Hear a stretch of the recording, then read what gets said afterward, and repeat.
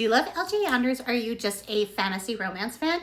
If so, you need to check out book 1 in her brand new series that comes out in April. It is called Broken Souls and Bones, and I gave this one 5 stars and 2 on the spice meter. What you can come to expect in this series is battles and wars, slow burn romance, forced proximity, and magic. So here's some of my thoughts on this book. If you've read any of L.J. Anders' work, you know that she writes super complex fantasy worlds, and this one is no different. The world is beautifully written with a completely unique and original magic system. While I am going to recommend this book to all romantasy lovers, I am going to suggest people who do struggle with more complex romantasies or fantasies to probably utilize your notes section in your e-readers, or maybe if you are somebody who's reading a physical book, to go ahead and annotate or maybe just take notes of some types, just because it is a complex fantasy. I mean, she does give the information throughout the book, so it's not like it's going to be dumped on you all at once, but she does write complex fantasies. They are amazing, but they are complex. The book does move quickly, and it does build as it goes.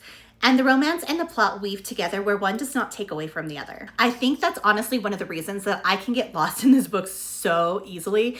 And the romance does build slowly.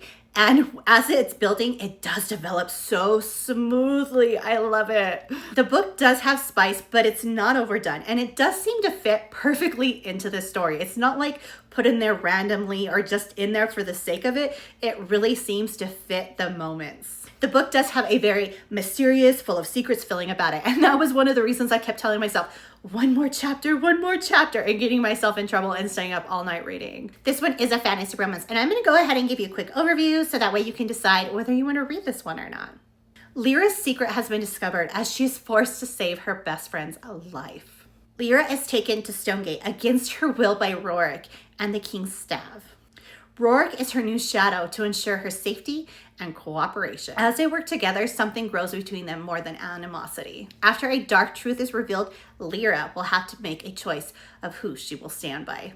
As I said before, I loved this book. I am a huge L.J. Anders fan, as we know anyways. Like, I consume her work like it is air to breathe. She's one of my favorite authors. I have been following her since for a long time. She is great. And, if you have not picked up one of her books, you definitely should. I loved this one, and I think you might too.